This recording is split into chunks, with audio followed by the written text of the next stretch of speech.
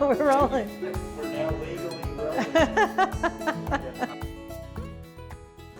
Hi, I'm Weta Michael, and I'm a local chef and restaurateur. Welcome to the Holly Hill Inn Kitchen. This is our oldest restaurant and also where I live, so you're kind of in my home kitchen here. I'm going to show you some simple recipes today that can really help you eat a nutritious way, but very healthy and with weight management after cancer treatment. Remember, when you're going through cancer treatment, you really want to make sure you're getting the caloric intake that you need to have energy to sustain the treatment itself.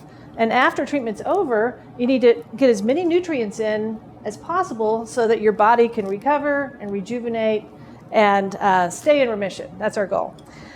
First thing I'd like to show you, one of the tips that I have is that make your snacks high protein and nutrient packed. So stay away from processed foods, from lots of sugar, lots of salt. You can add salt yourself, and that's sort of one of the things I try to do. This is a pumpkin seed cracker. It's gluten-free. It is also vegan, and it's packed with all these beautiful nuts and seeds that make it a wonderful snack. So pumpkin seeds, flax seeds, chia seeds, and sesame seeds. And the recipe is so easy. All you do, and you can buy all of these at the local grocery store. I have gotten all these at my regular grocery store. And you can see we've covered them with about 2.5 cups of water. And look at that. It's completely thick, like a paste now. And it's as simple as letting that soak for an hour. Then we'll turn it out onto this cookie sheet. I have some parchment paper down, but you could use a non-stick cookie sheet as well.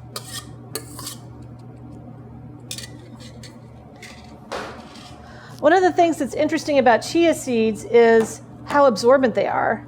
So they really help everything bind together. I'm going to spread this out as thin as we can, all across the cookie sheet. Now, once you have your nuts and seeds spread out, we're going to bake it in a 300-degree oven, and it's going to take about an hour to an hour and a half. You can even go slightly lower in temperature if you need to make sure that you have it in the oven long enough.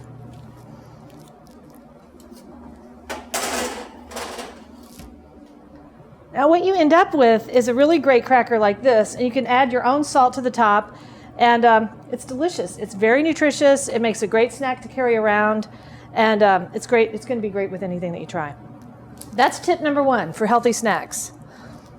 The other thing that I think that folks at home could really do to improve the quality of what they're eating and the taste of what they're eating, as well as the nutritional value, is to use bone broth in your cooking.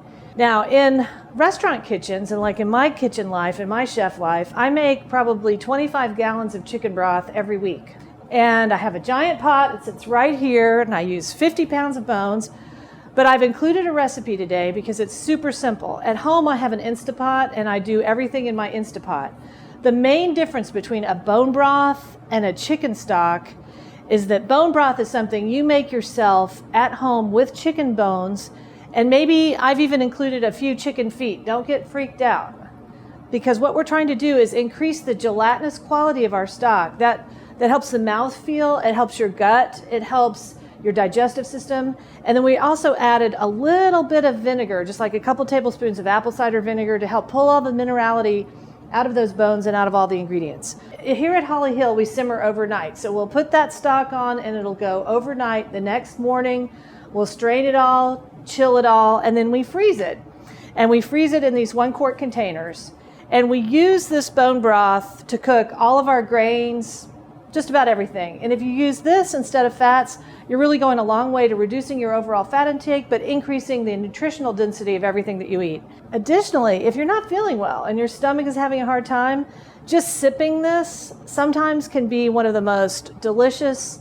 It's the old-fashioned chicken soup thing. It is not wrong. It is right that chicken soup can heal the soul. So that's my chicken broth there.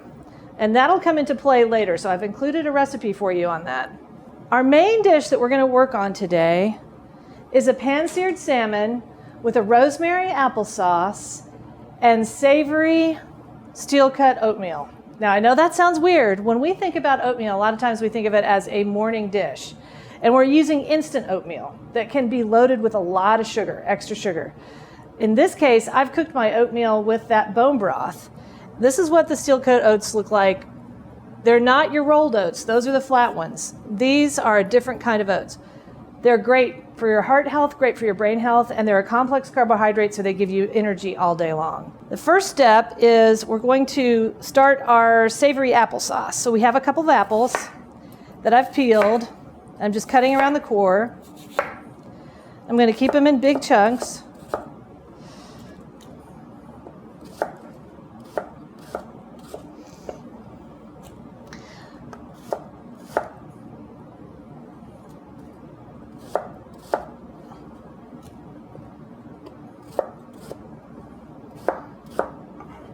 We'll do one more.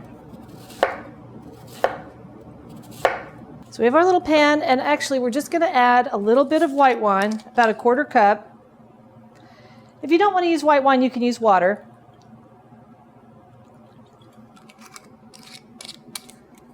And I'm going to add a little bit of rosemary to these apples.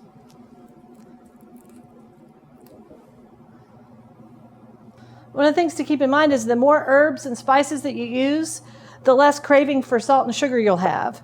So it adds flavor, and it's also, most herbs are superfoods, so they're great for your nutritional quality.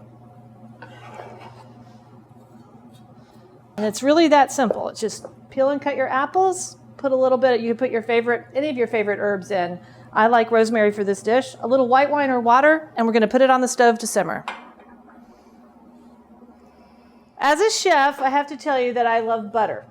I cook with butter. And this isn't always a bad thing. You just have to be careful how much butter you're consuming. In this case, what I want to show you how to do is make a brown butter. So you can see we just have some regular butter melted in here. And we're going to add some sprigs of rosemary. You don't need to cut it up or anything. You can see my poor rosemary plant needs a little water here. Something that looks like that. And then we're going to brown it. I don't know how familiar you are with brown butter, but what you saw in the pan is the butter fats floating above the butter solids. And when we clarify butter, we're separating the two. And when we do it with spices or rosemary inside the butter, what that does is it infuses all that flavor into the butter. And then this brown rosemary butter is going to go into the applesauce, and we're going to cook the salmon in it.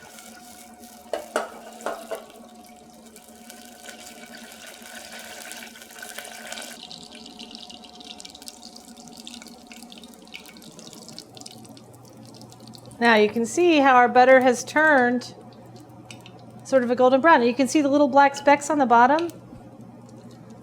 And you can, best of all, you can smell it. It smells fabulous. That's our brown butter. And really doesn't take long at all. And I have this little handy dandy strainer just to strain out any of the extra rosemary and a little bit of the, you can see, those are the butter solids, the milk solids. Now, in the restaurant, we do pounds of butter like that at a time. But at home, you just need to do a few tablespoons. So we're waiting for our apples to cook. We'll check out our savory oatmeal. I'm going to add a little bit more broth and bring them up to a simmer so you can see. You can make them the day ahead and keep them cold in your fridge and then just heat them up. They take about 20 minutes, though, just in a pot like this. Now, normally with oatmeal, you're making it with butter and milk and brown sugar and raisins, and all of those things can work and are very good. This is a savory style, so it's almost like a risotto, and it's absolutely delicious. So I want you to give it a try. We're going to warm it up a little bit. I'm going to add a pinch of salt, a little bit more of our chicken broth. And because the chicken broth is so full of that beautiful gelatin and all those flavors, we don't really have to add anything else to it.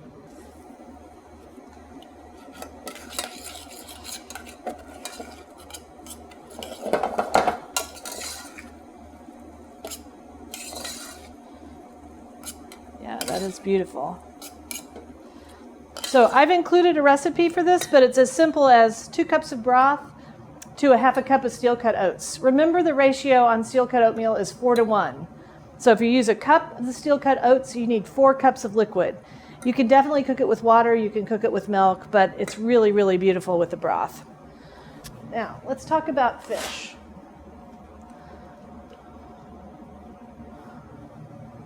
So we have 2 beautiful pieces of salmon here.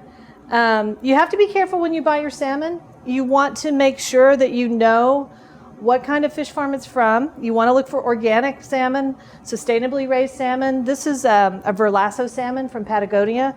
And if you are buying it at the local grocery store, I know most of the grocery stores in our area do have the provenance of all of their fish, and you should ask.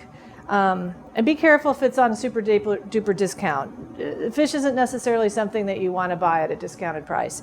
But salmon should be part, and fish should be part of our healthy diet. One of the nicest, easiest ways to learn how to do it is to keep the fish cut small. You're just taking like a slice and kind of thin, because we don't have to go into the oven. We don't have to worry about it being cooked done enough. It's going to cook quickly in the skillet. So it's one of the last things that we're going to do. We'll give it a little bit of salt.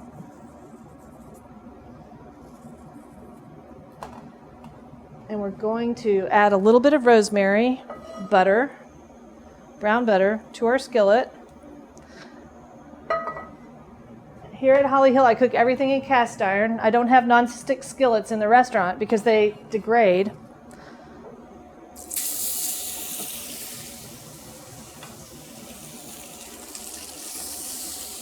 When we put the salmon in the skillet, we put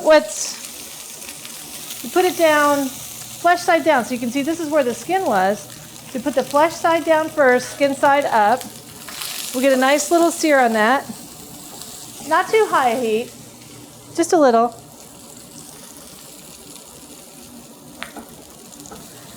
If you try to move your salmon in the skillet too fast, it'll stick.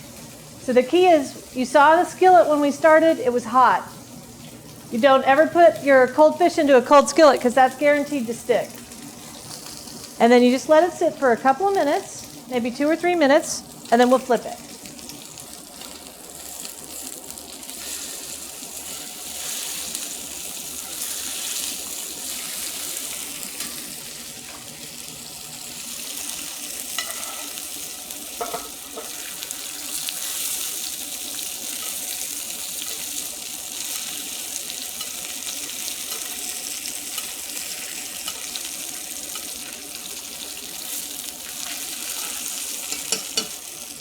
That was great, if I do say so myself.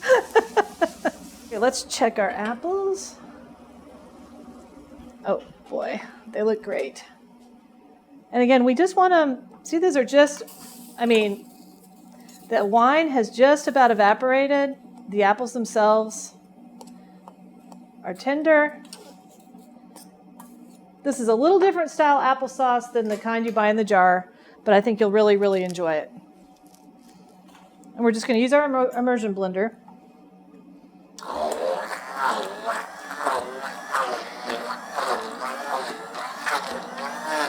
This is the part your kids will love doing. I'm going to add a little bit of our rosemary butter to this.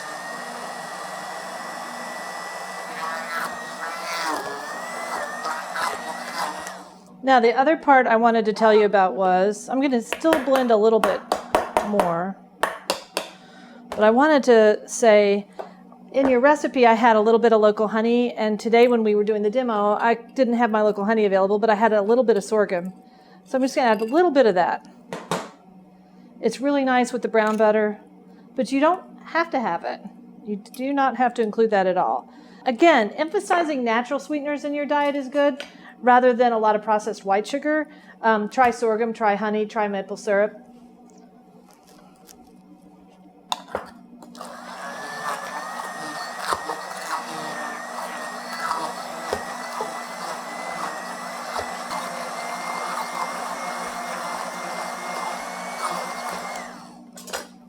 Okay, so now we have our rosemary applesauce. I'm going to taste it.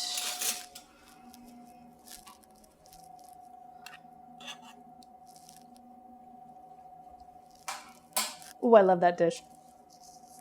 A little bit of salt. Okay, now this, I know most of us making this dish are going to think of it as a dish for dinner, but actually this is a great dish at brunch. Remember that when you wake up, sometimes you're best able to eat. You're most hungry and you have the biggest appetite. And eating a big meal at the beginning of the day can really help you through the whole day, maintain your appetite control. You feel full longer and you have a lot more energy. In a lot of other cultures around the world, they eat savory for breakfast. So your eggs, you might do a savory custard in Japan, made with the bone broth and eggs and a little shrimp and stuff like that. You may do a smoked salmon bagel. This dish is inspired by dishes from Norway. So we've got our savory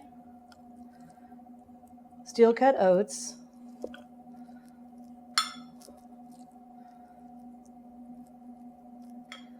Definitely a half a cup dry gives enough for 2 servings. And our beautiful rosemary, I can't wait for, even if you don't make the savory cut oats, okay, I won't be offended. But you really do have to try, my rosemary applesauce. It's so good.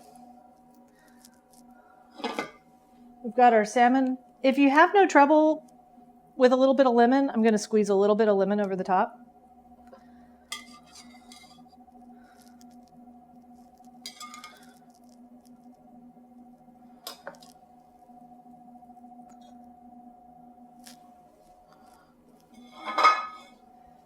And a little bit of our rosemary infused brown butter.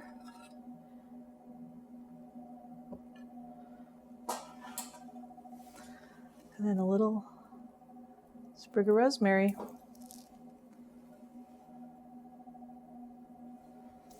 And that's great. It's great for dinner. It'd be a great lunch, but it'd also be a wonderful brunch.